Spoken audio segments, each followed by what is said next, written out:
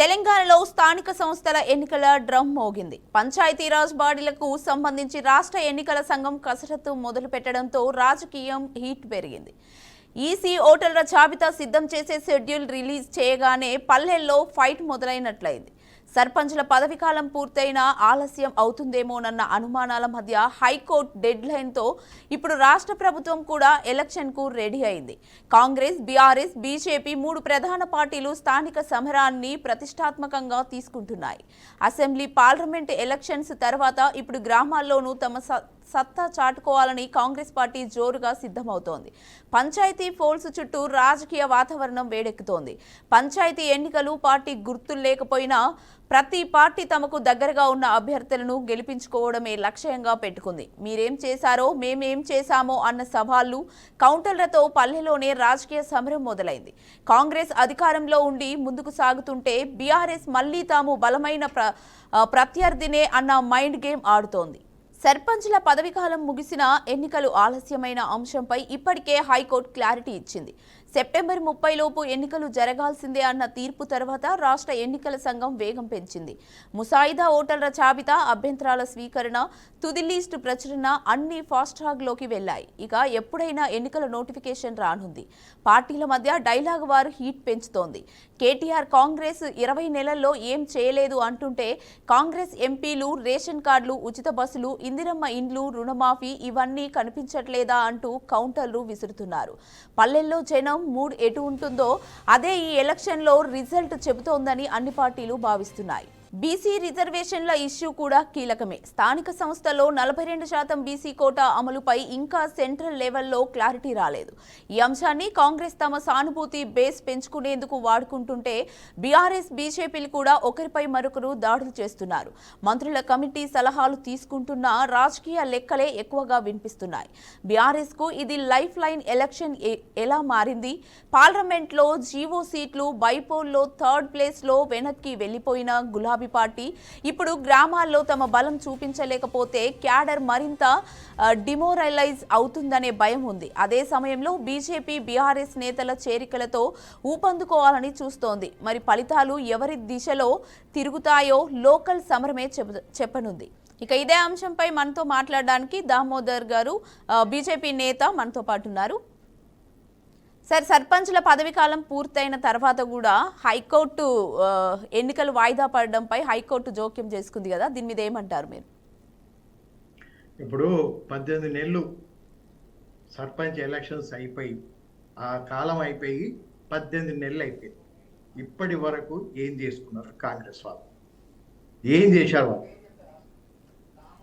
ఇప్పుడు ఏంది, పీకల మీదకి వచ్చిన తర్వాత, కోర్టు మొట్టకాయలు వేసిన తర్వాత, కోర్టు గట్టిగా బుద్ధి చెప్పిన తర్వాత, గతిలేని పరిస్థితిలో ఓడిపోతామని తెలిసిన తర్వాత తప్పని పరిస్థితిలో వాళ్ళు ఇప్పుడు ఎలక్షన్లో పోవాల్సి వస్తున్నది. నాకు ఇంకా నమ్మకం లేదు వీళ్ళ మీద, కాంగ్రెస్ వాళ్ళ మీద నమ్మకం లేదు. ఎందుకంటే కాంగ్రెస్ అంటేనే దగాకోరు, కాంగ్రెస్ అంటేనే దగా పరులు. వీళ్ళు ఎప్పుడైనా ప్లేట్ ఫిరాయిస్తారు, ఇంకో ఇష్యూ కూడా మాట్లాడతారు. అంటే దాన్ని తిప్పేసే పరిస్థితి కూడా ఉంది.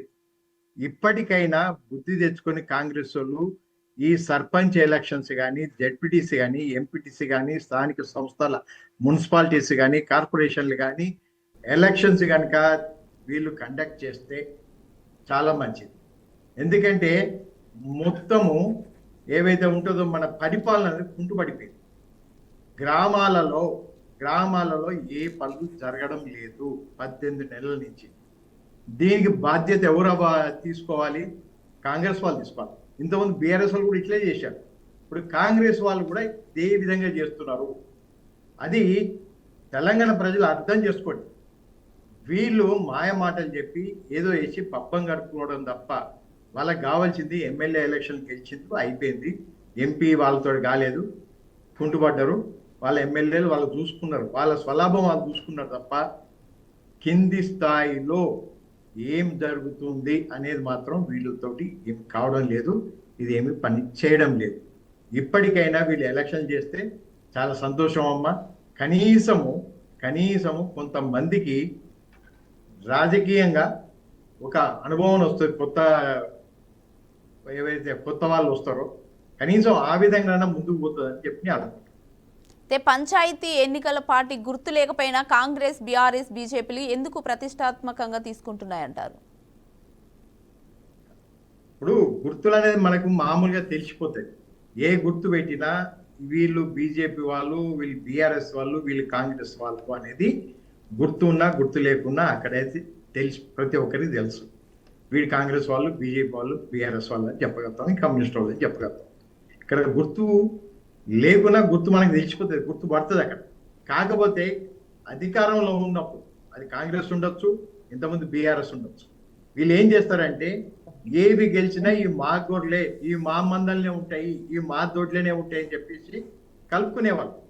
కాకపోతే అక్కడ నాయకులు ఏం చేస్తారంటే లోకల్ లీడర్లు, ఓకే మరి ఇప్పుడు పనులు కావాలి కాబట్టి, ప్రభుత్వంతో కొన్ని పనులు కావాలి కాబట్టి వాళ్ళు జనరల్గా అంటే అంటారు తప్ప ఎవరు కూడా మనసు విప్పి ఎక్కడ మాత్రం దాని ఇష్యూలో ఉండరు. ఇంకొక ఇష్యూ, ఎంత తొందరగా వీళ్ళు ఎలక్షన్ మంచి చేస్తే అంత మంచిదని.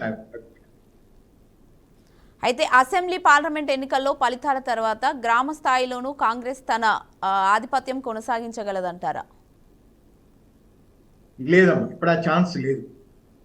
ఇక్కడ పోరు అనేది బీజేపీ బీఆర్ఎస్ మధ్యనే ఉంటుంది. కాంగ్రెస్ వాళ్ళు విలేజ్లో అంటే గ్రామాలకు వచ్చే పరిస్థితి లేదు.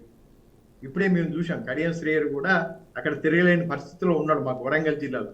ఇక అందులో పాలకుర్తిలో ఇక ఆమె ఎవరు యశస్వి నిర్వహణ అసలే తిరగలేని పరిస్థితి. వాళ్ళు ప్రజలు క్వశ్చన్ చేయడం కాదు, ఎంబడబడుతున్నారు, కొడతారు కూడా. ఇంకా 4 రోజులైతే ఎలక్షన్ మూవ్మెంట్ వాటికి కాంగ్రెస్ వాళ్ళని ఉరికించి కొడతారు.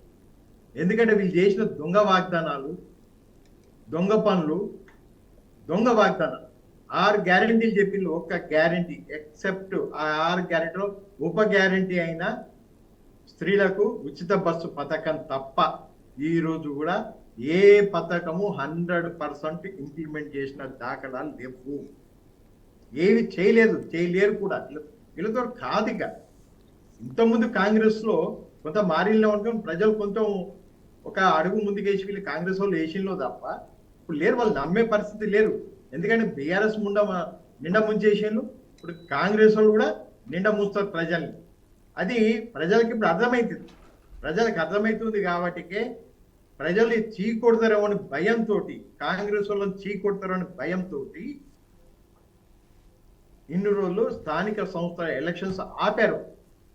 రకరకాలుగా డ్రామాలు వేసి ఆపారు. కానీ విధి లేని పరిస్థితిలో హైకోర్టు జోక్యం తర్వాత ఇప్పుడు సెప్టెంబర్ 30వ తారీఖు లోపల చేయాలి, కంపల్సరీ ఎలక్షన్స్ అనేది కండక్ట్ చేయాలి కాబట్టి చేస్తున్నారు తప్ప వీళ్ళు ఏదో పని చేస్తాము, ప్రజలకు మేలు చేస్తాం అనే ఉద్దేశం వాళ్ళకి పరిస్థితిలో లేదు. ఓకే, బీఆర్ఎస్ కు ఈ స్థానిక ఎన్నికలు నిజంగానే లైఫ్ లైన్ అవుతాయా, లేక మరోసారి నిరాశ ఎదురవుతుందని అంటారా? బీఆర్ఎస్ అనేది ఆలోచించాలి. ప్రజలు కూడా ఒక్కసారి ఆలోచించండి. ఒక్కసారి బీఆర్ఎస్కి ఇచ్చారు, నిన్న ముందు చేశారు, పక్కకి వెళ్ళిపోయారు. కాంగ్రెస్ వాళ్ళు బీఆర్ఎస్ వాళ్ళు 10 నెలల ముస్తే వీళ్ళు ఆల్మోస్ట్ 18 నెలల్లో వీళ్ళు ముంచేశారు. కాబట్టి ఎప్పుడైనా జాతీయ పార్టీ జాతీయవాదంతో ఉన్న పార్టీ కాబట్టి వీళ్ళైతేనే కాంగ్రెస్ పార్టీ మన బీజేపీ పార్టీ అయితే మట్టుకే ఈ స్థానిక సంస్థలు గెలిపిస్తే నిధులు వస్తాయి. ఇంతకుముందు చూశారు, శ్మశాన వాటికలు ఉండొచ్చు, ఇంకా పల్లె ప్రకృతి వనాలు ఉండొచ్చు. గ్రామ పంచాయతీలకు వచ్చిన ప్రతి ఫండ్ ప్రతి లెక్కతోటి మీకు విలేజ్ తోటి లెక్కలు తీసి పెట్టాము. 70 to 80% fund only central government ఇచ్చింది. వీళ్ళు ఇచ్చింది ఏం లేదు, స్టేట్ గవర్నమెంట్ నుంచి వీళ్ళు ఇచ్చింది ఏం లేదు, వీళ్ళతో ఏం కాదు కూడా. వీళ్ళు ఇస్తలేరని చెప్పి డైరెక్ట్ పేమెంట్ జరిగింది కాబట్టి ఈ మాత్రము గ్రామాలలో అభివృద్ధి అనేది జరిగింది. మీకు బెస్ట్ ఎగ్జాంపుల్ చెప్తానండి. బీజేపీ పార్టీ నుంచి గ్రామాలకు జరిగిన అభివృద్ధి అంటే గ్రామీణ సడక్ యోజన. గ్రామీణ సడక్ యోజన ప్రతి పల్లెలో వీళ్ళ ప్రతి వీధిలో కూడా సిమెంట్ రోడ్లు వచ్చినాయి. ఎందుకు? ఎవరు ఇచ్చారు? స్టేట్ గవర్నమెంట్ ఇచ్చిందా? ఇవన్నీ కూడా ఇచ్చింది బీజేపీ పార్టీ. ఇంకొక ఇష్యూ, గ్రామ పంచాయతీకి కావాల్సిన ఫండ్స్ ఏవైతే ఉన్నాయో total funds 70% funds only central government ఇచ్చింది. వీళ్ళేమి ఇవ్వలేదు. అభివృద్ధి అనేది ఉంటుపడ్డది. పంచాయతీరాజ్కి వచ్చే ఫండ్స్ 60-70% ఫండ్స్ పంచాయతీరాజ్కి వచ్చే ఫండ్స్ అనుకో సెంట్రల్ గవర్నమెంట్ ఇచ్చినాయి. వీళ్ళు ఇచ్చింది ఏమి లేదు. రెండు పార్టీలు కూడా ముంచడం తప్ప వీళ్ళు లేపింది ఏం లేదు పార్టీలు. ఈ మాత్రం ఈరోజు గ్రామాలలో అభివృద్ధి జరిగింది అంటే బీజేపీ పార్టీ యొక్క సపోర్ట్ తోటి మాత్రమే అభివృద్ధి జరిగింది గత 11 సంవత్సరాల నుంచి. అంత ముందుకు ఒక్కటి గుర్తుపెట్టుకోండి, నేను చిన్నప్పుడు ఒక గ్రామాన్ని నుంచి ఇంకో గ్రామాన్ని పోవాలంటే సార్ ఒక్క నిమిషం సార్, మీరు లైన్లో ఉండండి సార్. మనతో ఇదే అంశానికి మనతో మాట్లాడడానికి రామ్మూర్తి బీఆర్ఎస్ నేత మనతో పాటు ఉన్నారు లైవ్లో. సార్ నమస్తే అండి. నమస్కారం అండి. సార్, ఇప్పుడు బీసీ రిజర్వేషన్ల అంశాన్ని కాంగ్రెస్ సానుభూతి పంచుకునే హత్యార్గా చూడొచ్చు అంటారా? సానుభూతమన్నా అండి, వాళ్ళకు సిన్సాట్ లేదు. సిన్సాట్ ఉంటే గ్రామాల్లో మొత్తం వెళ్ళి ఏదైతే మొత్తం కంప్లీట్ గా కులగణనను మొదలుపెట్టి అందులో కూడా బతుకున్న బీసీలను చంపేసి కంప్లీట్ గా లెక్కలు తప్పు చేసి వాళ్ళకు సంబంధించిన ఏదైతే ఎమ్మెల్సీఏ దీన్ని యూరిన్ పోసి కాలబెట్టాలి, వీళ్ళకి చిత్తశుద్ధి లేదని డైరెక్ట్ గా స్టేట్మెంట్ ఇచ్చిన సందర్భాలు మనం చూసినాం. అదే విధంగా ఏదైతే గ్రామాలను వీళ్ళు వచ్చినప్పటి నుంచి దాదాపు 19 నెలల నుంచి గాలి కుదిరిలు వీళ్ళు గ్రామాలను ఎలక్షన్స్ పెట్టమంటే ఏదైతే వచ్చిన 6 నెలల్లో బీసీలకు 42% ఇచ్చి మేము ఏదో చేస్తామని ఏదో మొత్తం కంప్లీట్ గా మేమే చేస్తాం ఎవరు చేయడం అన్నట్టు బిల్డప్ ఇచ్చిన తర్వాత ఏదైతే ఇప్పుడున్న పరిస్థితి చూసుకుందాం ఒకసారి. మళ్ళీ ఇప్పుడు ఆర్డినెన్స్ అంటారు, ఆర్డినెన్స్ తీసి మొత్తం కంప్లీట్ గా గవర్నర్, మరి గవర్నర్ తో ఎందుకు ప్రెషర్ చేయట్లేదు? మరి గవర్నర్ ఎందుకు సంతకం పెట్టట్లేదు? మరి సంతకం పెట్టి రిటర్న్ పంపాలి కదా. ఒక సంతకం పెట్టకుండా రిటర్న్ వస్తే మళ్ళీ పంపితే సంతకం పెట్టవలసిన పరిస్థితి వస్తుంది. మీకు సిన్సియాట్ లేదు. బీసీలకు అనాదిగా అన్యాయం చేసిన పార్టీ ఏదైతే కాంగ్రెస్ పార్టీ. ఎందుకంటే ఇప్పుడు ఏదైతే 2024 ఫిబ్రవరి 1న ఏదైతే 5 ఏళ్ళు పూర్తి చేసుకున్న సర్పంచులు పదవీ కాలం అయిపోయిన తర్వాత ఇప్పటి వరకు కూడా గ్రామాల దిక్కు చూడని ఈ కాంగ్రెస్ ప్రభుత్వము ఏదైతే ఇబ్బడి మొబ్బడిగా కొంతమందిని అయితే స్పెషల్ ఆఫీసర్లు వేసిందండి. ఎవరు వేసులు కొంచెం వాళ్ళను మేము వివరించే ప్రయత్నం చేస్తాం. ఎందుకంటే వాళ్ళకు డబుల్ డ్యూటీ అయ్యి వాళ్ళు కూడా పోవట్లేదు. ఎందుకంటే వాళ్ళు చేయాల్సిన పెద్ద పనులు ఉన్నాయి. వాళ్ళు అప్పచెప్పిన వాళ్ళకు కూడా మీరు ఒకసారి చూస్తే అర్థమవుతుంది. ఎంపీడీ వాళ్ళని అప్పచెప్పిలాంటి స్పెషల్ ఆఫీసర్ గా. అదేవిధంగా గ్రామాలకు, అదేవిధంగా ఎంఆర్ఓలు, కొన్ని గ్రామాలకు స్కూల్ హెచ్ఎంలను, కొన్ని గ్రామాలకు ఎంపీడీఓలను, కొన్నిటికి పంచాయతీరాజ్ సహాయక ఇంజనీర్లను, కొన్నిటికి ఎంఈఓలను, పశువైద్య అధికారులను, ఆరోగ్య శాఖ సూపర్వైజర్లను, అదేవిధంగా ఉద్యానవన అధికారులను, అదేవిధంగా రెవెన్యూ ఇన్స్పెక్టర్లను, అదేవిధంగా మండల పరిషత్ సూపరింటెండెంట్లను, అదేవిధంగా సీనియర్ అసిస్టెంట్లను, జూనియర్ అసిస్టెంట్లను, వ్యవసాయ విస్తరణ అధికారులను, అదేవిధంగా స్కూల్ అసిస్టెంట్లను, డిప్యూటీ ఎంఆర్ఓలను. ఇదా అండి ప్రభుత్వం చేసేది? ఇప్పుడు సరే వీళ్ళతోని ఏదో పనులు అవుతున్నాయంటే వాస్తవంగా ఏంటంటే యాజ్ పర్ మన లోకల్ బాడీకి సంబంధించిన అంశాల్లో ఏదైతే కేంద్రానికి సంబంధించిన ఏదైతే గ్రాంట్స్ రావాలన్నా లేకపోతే రాష్ట్రానికి సంబంధించిన గ్రాంట్స్ రావాలన్నా కంపల్సరీ లోకల్ బాడీలు ఉండాలి. లోకల్ బాడీ లేదు, నువ్వు ఏ స్పెషల్ ఆఫీసర్ పెట్టినా అది వేస్ట్ ముచ్చటండి. అదే విధంగా ఏదైతే వీళ్ళు ఇంకో విషయం తీసుకొచ్చిండ్రు, సరే ఇప్పుడు లేట్ అవుతున్నాయి కదా మేము గ్రామ పాలన ఆఫీసర్స్ పెడతామని. ఎవడు చదువుకున్నోడో నాకు అర్థం అవట్లేదు. సగం చదివినోడు పెట్టిండా లేకపోతే వాడిని చదువు వస్తా రాదా తెలియదు. గ్రామ పాలన తెలుగు, ఆఫీసర్ ఇంగ్లీష్, ఇది అర్థం కాదు. ఎందుకంటే ఇప్పుడు రాష్ట్రంలో 12,991 గ్రామాలనే ఏదైతే యునైటెడ్ ప్రజెంట్. ఎందుకంటే మేము కొంత 4,000 పెంచినా దాని తర్వాత వీళ్ళు కూడా కొంచెం పెంచిన తర్వాత ఎందుకంటే 12,991 గ్రామాలున్నాయి. వీటికి ఎలక్షన్స్ నిర్వహించాలి. ఇక్కడ ఏం చేసిందంటే మేము గ్రామ పాలన ఆఫీసర్లను పెడతామని ఈ బిల్డప్ బాబాయిలు ఏం చేసిందంటే 10,954 గ్రామాలకు ఏదైతే మేము ఆఫీసర్లను పెడతామని వీళ్ళు ఏదైతే మన గతంలో విఆర్ఏ అంటే వాళ్ళతోనే ఎగ్జామ్ రాపించిందండి. నాకు తెలిసి భారతదేశ చరిత్రలో ఏదైతే పని చేసినారు, ఏదైతే గతంలో వాళ్ళు చేసిన పనికి మళ్ళీ తిరిగి రానికి మళ్ళీ ఎగ్జామ్ పెట్టిందండి. వాళ్ళను ఎంత బప్పులు అంటే వీళ్ళు రాష్ట్ర మేధావులను కూడా వాస్తవంగా వాళ్ళకు కాలు మొక్కి దండం పెట్టాలండి. ఎందుకంటే వాళ్ళకు సంబంధించిన వాళ్ళు ఏదైతే గతంలో చేసిన ఉద్యోగాలకు వాళ్ళకు బీఆర్ఎస్ ప్రభుత్వం ఉన్నప్పుడు వాళ్ళకు వివిధ ఆఫీసులకు పంపించి వాళ్ళకు కొంతమందికి, ఎందుకంటే వాళ్ళకు జాబులు ఏదైతే గవర్నమెంట్ ఆఫీసెస్ లో అక్కడ ఇక్కడ అడ్జస్ట్ చేసిన దాని తర్వాత కొంతమంది ప్రమోషన్ ఇచ్చిన తర్వాత కూడా మళ్ళీ వాళ్ళు తిరిగి రానికి జీరో చేసుకొని రావాలండి వాళ్ళది ఏదైతే సర్వీసు. ఎంత ఘోరమైన ప్రభుత్వం అంటే ఎవడన్నా ఇప్పుడు 90 ఏళ్ళు బతికినోడు మళ్ళీ మొత్తం 0 నుంచి రావాలంటే 90 ఏళ్ళ సర్వీస్ ఎక్కడ పోవాలండి? ఇది ఎక్కడి ప్రభుత్వము? ఇది ఎక్కడ తుగులేక ప్రభుత్వము? అదే విధంగా మరి మొత్తం గ్రామాల కంటే కూడా కాదు, 12,991 గ్రామాలు ఉంటే 10,954 గ్రామాలకు వేస్తాను నోటిఫికేషన్ ఇచ్చిన తర్వాత అందులో మొత్తం క్వాలిఫై అయిన వాళ్ళు 3,550 మాత్రమే. అంటే ఇంకా 7,404 పోస్టులు ఖాళీగా ఉన్నాయి. వీటిని ఎట్లా ఫిల్ చేస్తారంటే కూడా చెప్పదు. డైరెక్ట్ ఫిల్ చేస్తారంటే చెప్పరు. అసలు ఇంకోటి ఏంటంటే ఇది మొత్తం కంప్లీట్ మళ్ళీ విఆర్ఏలకి ఇస్తా అంటారు.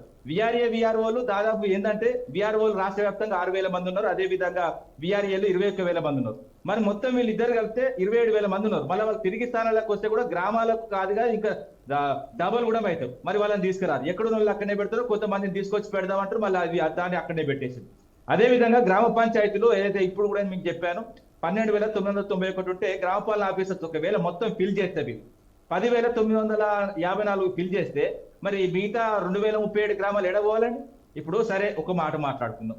గ్రామ పాలన ఆఫీసర్లను తీసుకొస్తావు. ఇప్పుడు గ్రామ పాలన ఎవరి చేతులు ఉండాలండి? సర్పంచులు, పాలనాధికారులు. వాస్తవం ఓపెన్ గా మాట్లాడుకుంటే భారతదేశం పుట్టే కాంచెల్లి గ్రామ స్వరాజ్యం గురించి మనం పేదగా మనం మాట్లాడుకున్నప్పటి గ్రామ పాలన చేసేది ఎవరైతే సర్పంచులు మాత్రమే. మరి గ్రామ పాలన ఆఫీసర్స్ ఏదైతే విఆర్ఓలను పెట్టిన తర్వాత మరి సర్పంచులు ఏం చేస్తావు? ఎంఆర్ఓలను చేస్తావా, లేకపోతే ఎంపీడీఓలను చేస్తావా, లేకపోతే ఆర్డీఓలను చేస్తావా, కలెక్టర్ని చేస్తావా? ఏం తూగులకండి, ఇది ఎక్కడి పరిపాలన అండి? నాకు అస్సలే అర్థం అవ్వట్లేదు. మరి సర్పంచ్ని తీసుకొచ్చి ఏం చేస్తావు? వాళ్ళ పేరు మార్చావా? సర్పంచ్ అనే పేరు మార్చేస్తావా? ఇప్పుడు గ్రామ పాలన ఆఫీసర్ ఆల్రెడీ వచ్చి ఉంటే మరి ఈ సర్పంచ్ వస్తున్నాడు ఏం చేయాలి? పాలన ఆల్రెడీ వాళ్ళకి అప్పు చెప్పినావు. మరి ఈయన రెవెన్యూ డాక్యుమెంట్ చూసుకోవాలా? ఏ ప్రభుత్వమో, ఎక్కడ ప్రభుత్వం, ఎవరి కోసం వచ్చిన ప్రభుత్వమో. అదే విధంగా ఇప్పుడు ఏదైతే గ్రామాలను గాలి కొదిలి దాదాపు స్థానిక ఎన్నికలు జరపకుండా 19 నెలలుగా ఇప్పుడు కేంద్ర ఆర్థిక సంఘం నిధులు రానికి వీల్లేదు. ఎందుకంటే లోకల్ బాడీ కంపల్సరీ ఉండాలి. అదే విధంగా మా కేసీఆర్ గారి హయాంలో ఏదైతే ట్రాలీలు, అదే విధంగా ట్రాక్టర్స్, అదే విధంగా ట్యాంకర్స్ ఇవన్నీ కొన్నాం. వాటిని కనీసం రిపేర్ చేయడానికి లేదు. వాళ్ళకి డీజిల్ పోసే ముఖం కూడా లేదండి. వీళ్ళ ప్రభుత్వమా లేకపోతే ఇంకా అర్థం చేసుకోవాలి. గ్రామ పంచాయతీలు ఏదైతే సొంత ఇంటి పన్నులు వసూలు చేసుకొని ఏదైతే ఈ ట్రెజరీలో ఏసుకారు తిరిగి రావడానికి కూడా పరిస్థితి లేదు. ఎందుకంటే అలాంటి పరిస్థితి ఉన్నాయి. బిల్డింగ్ పర్మిషన్స్, ఇతర ఫీజులు, ఈ వృత్తి పర్మిషన్లు మొత్తం కంప్లీట్ గా ఆన్లైన్ లో ఉన్నాయి. కాబట్టి ఆన్లైన్ లో కూడా తిరిగి రానికి సమయం పడుతున్నది. ఎందుకంటే అక్కడ సర్పంచ్ ఉంటే మాత్రమే అయితే సరైన సమయంలో వస్తాయి. అది కూడా పరిస్థితి ఘోరంగా ఉన్నది. రాష్ట్ర ప్రభుత్వం ఏదైతే ఆర్థిక సంఘం నిధులు కూడా ఖచ్చితంగా లోకల్ బాడీ ఉండాలి. లోకల్ బాడీ లేకపోతే రావు. అది కూడా లేదు. ఆఖరికి ఒక ఓపెన్ గా చెప్పాలంటే intra village water supply fund ఉంటుందండి. ఇది ఖచ్చితంగా లోకల్ బాడీ ఉండాలి, లేకపోతే ఇవ్వరు. ఇక కనీసం ఒక గేట్ వాల్ పోతే, ఒక పైప్ పోతే, ఒక నల్లా రిపేర్ అయితే కూడా వేసే పరిస్థితి లేదు. ఇలాంటి పరిస్థితి. ట్రాక్టర్ల జీతాలు లేవు. అదే విధంగా అగమ్య గోచరం. గ్రామాలను మొత్తం కంప్లీట్ గా గాలి కొదిలేసిన ఈ కాంగ్రెస్ ప్రభుత్వం ఎవరికి ఎందుకు వేస్తారండి ఓటు? వాస్తవం చెప్పాలంటే కాంగ్రెస్ కేస్తే కళ్ళల్లో మట్టి కొడతారు. అదే విధంగా ఇప్పుడున్న పరిస్థితిలో చేతి గుర్తుకు ఓటేయాలంటే చెయ్యి నరుకునే తెస్తారు, కానీ చెయ్యి గుర్తు మాత్రం ఓటేయారండి.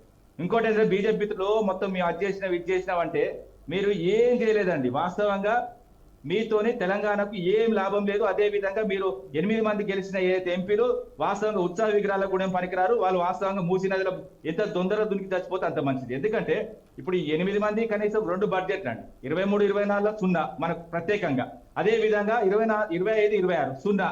ఏం లేదండి. వీళ్ళు పోతారు మంచిగా బాధాప్గా ఫ్లైట్కి పోతారు, ఫ్లైట్కి వస్తారు, అక్కడ మొత్తం విచ్చలవిడిగా మంచిగా హ్యాపీగా బతుకుతున్నారు తప్ప ఒక్క ప్రశ్న లేదండి. వీళ్ళు గెలిచిన తర్వాత రాష్ట్ర ప్రయోజనాల గురించి ఒక్క ప్రశ్న లేదు. రాష్ట్రానికి 2 సార్లు 0 వచ్చినా కూడా గెలిచిన ఏదైతే కాంగ్రెస్ 8 మంది, అదే విధంగా బీజేపీ 8 మంది, అదే విధంగా ఎంఐఎం వీళ్ళు ఉత్సవ విగ్రహాలు కూడా పనికిరారు. వీళ్ళని రాళ్లతోని కొట్టాలి తెలంగాణ సమాజం. నేను మరీ చెప్తున్నా, ఏదైనా గతంలో మేము ఎట్లుండే ఎన్ని క్వశ్చన్లు అండి పార్లమెంటు మొత్తం వ్యవస్థ తీసుకోండి. తెలంగాణ వచ్చిన తర్వాత కానీ తెలంగాణ పూర్వం కానీ మీకు కొట్లాంటి కాంచెలు ఇప్పటి వరకు ఎవరు ఎన్ని ప్రశ్నలు అడిగిండో తెలంగాణ సమాజం కోసం ఒక లెక్క తీయండి. ఆ లెక్కలో ఎవరు ఎక్కువ తేలితే వాళ్ళను మీరు స్థానిక ఎన్నికలు గెలిపించుకోండి, ఎమ్మెల్యే ఎన్నికలు గెలిపించుకోండి, అదే విధంగా ఎంపీ ఎన్నికలు గెలిపించుకోండి. కానీ వాస్తవంగా కాంగ్రెస్ పార్టీ దగా చేసే పార్టీ. అదే విధంగా బీజేపీ నమ్మితే మాత్రం మళ్ళీ గొడవలు, మణిపూర్ లాంటి సిచ్యువేషన్స్ వస్తాయి. కాబట్టి ప్రశాంతంగా ఉండాలంటే వాస్తవం చెప్తున్నా, గ్రామాలు కానీ రాష్ట్రం కానీ సుభిక్షంగా ఓన్లీ కేసీఆర్ గారి పాలనే ఉంటది. కేసీఆర్ గారిని మళ్ళీ రావాలని ఎన్ని కుట్రలు చేసినా ఒకటే చాలా చివరి ముచ్చట చెప్తే ఏంటంటే, మేము 20 నెలలుగా మేమేం చేసినామో అవి పట్టుకొని గ్రామాలకు ఓట్లను పోతాం. వీళ్ళు 20 నెలలుగా ఏం చేసి ఏం వెలుగబట్టిల్లు అన్నది అది పట్టుకొని పోండి. ఇక బీజేపీ ఏం చేయలేదు కాబట్టి వాళ్ళు వాస్తవంగా ఉత్త షిప్పలు పట్టుకుని అడుక్కొని పోండి, వాళ్ళు నేర్తే తీసుకోండి, లేకపోతే లేదు. Right, thank you sir.